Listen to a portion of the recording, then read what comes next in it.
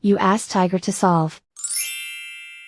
This deals with linear equations with one unknown. The final result is x equals 1 over 2. Let's solve it step by step. Group all x terms on the left side of the equation. Add 4x to both sides. Group like terms. Simplify the arithmetic. Group like terms.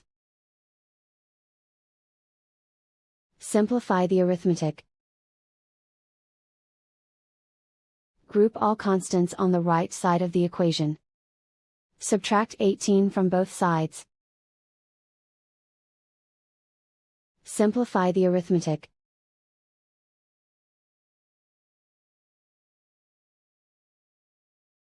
Isolate the x.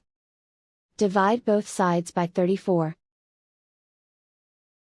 Simplify the fraction. Find the greatest common factor of the numerator and denominator. Factor out and cancel the greatest common factor.